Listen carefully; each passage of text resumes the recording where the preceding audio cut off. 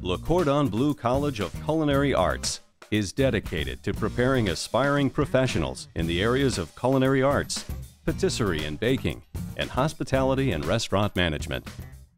Disaster Planning and Response Art Rescue is a first responder for the world of art, providing planning, packing, evacuation, conservation, and storage for all your treasured possessions. Hey, great to see you again on Fear No Art. My name is Elysabeth Alfano. Today, I've got my snazzy VIP pass, and I'll be hanging out in the Artist Lounge at the coolest bar in the city of Chicago. I'll be at the Hideout, speaking with beloved singer-songwriter Glen Hansard. Let's go.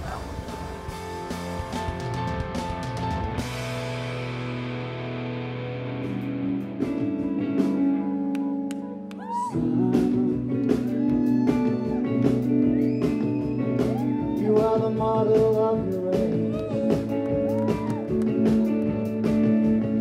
Don't let the bastards take the stage. Glen, I want to welcome you back to Chicago. It's great to have you here. Thank you. You know, long before you won Academy Awards, you started your career on the street, singing on the street. Yeah. And I always think, once a street performer, always a street performer. Do you miss that?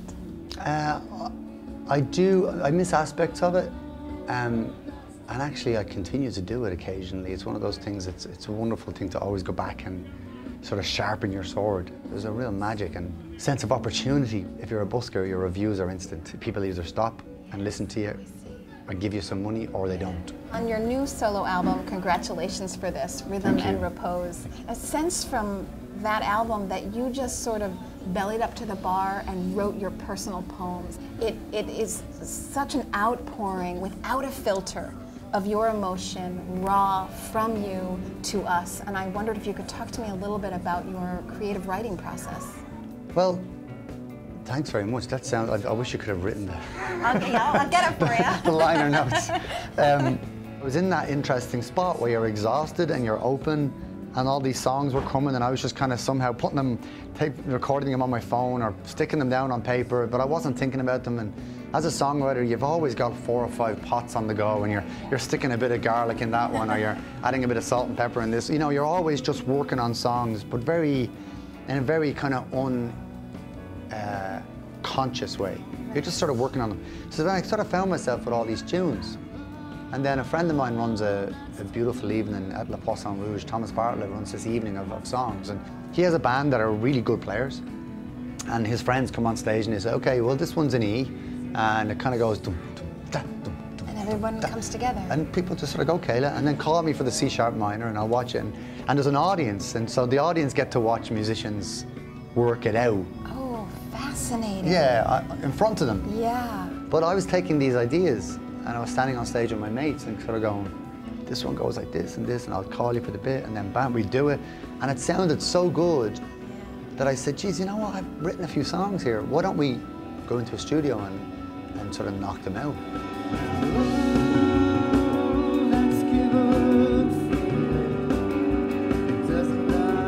For me, I pick up a guitar only when I need to. I never play unless I need to play. It's a funny place between sort of, it's neither happy, sad. It's just a funny place you find yourself. It's not boredom, but it's a funny spot you find yourself in. You're like, and you pick up your guitar and you just start to, and what happens oftentimes is that stuff comes out of you. And the part of the challenge as a songwriter is to just allow it and to not intellectualize what it is that's coming out of your mouth. Sometimes the most prophetic, sometimes you're speaking about your future, sometimes you're speaking about your past, sometimes you're speaking about your present, but a present you have not yet experienced. So it's like now, but just pushing now.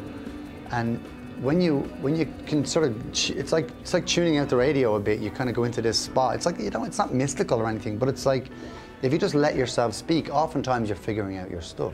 When I speak about relationship, I'm speaking about my relationship with my brothers or my family or my country or, you know, my God and myself and my girlfriend. So relationship is something, you know, logically someone would have to say at some point, if you're going to keep on writing albums about relationships that don't work, at some point you should see a shrink and just sort of, you know, figure yourself out. So it's not really about that. It's more about one's relationship with their life, you know. Right. And Really your relationship with yourself. Yeah. Yes. Yeah.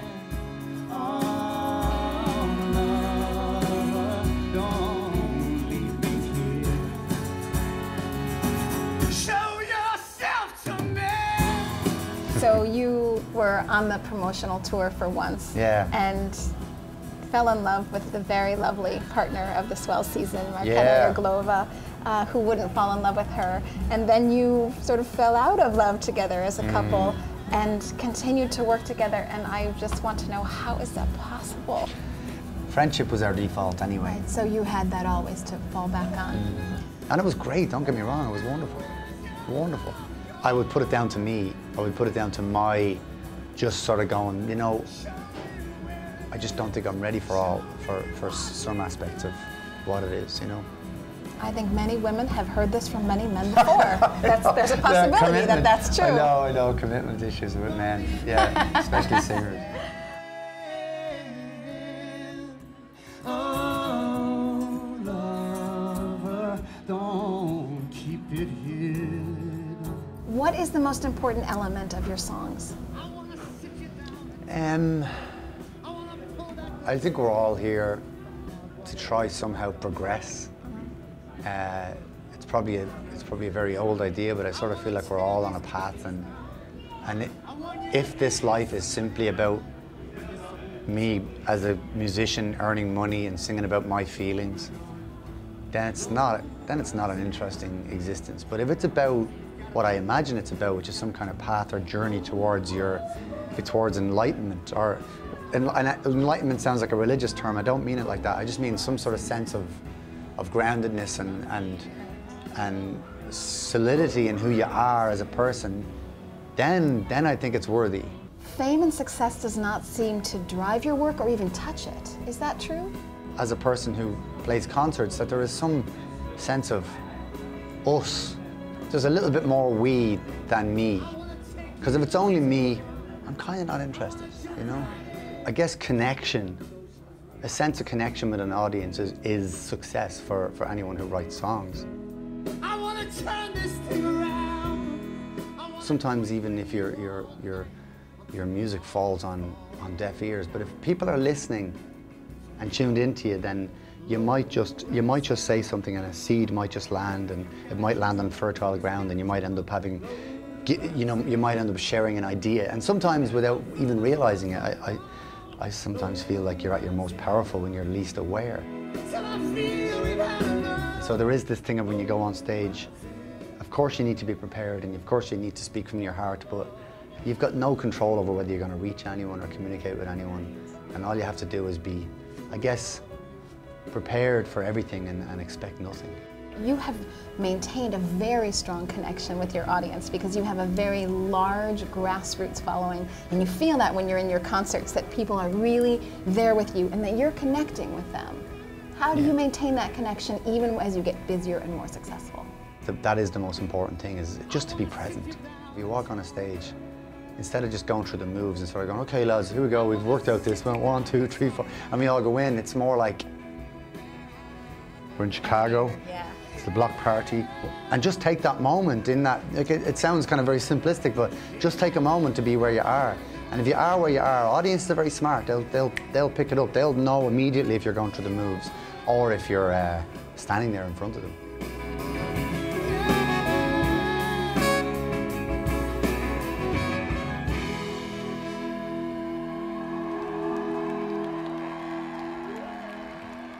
Thank you. There's an artist and a creative spirit around every corner and at the Hideout Block Party. Join me on the next Sphere No Art as we get into the unique and fascinating world of the independent artist.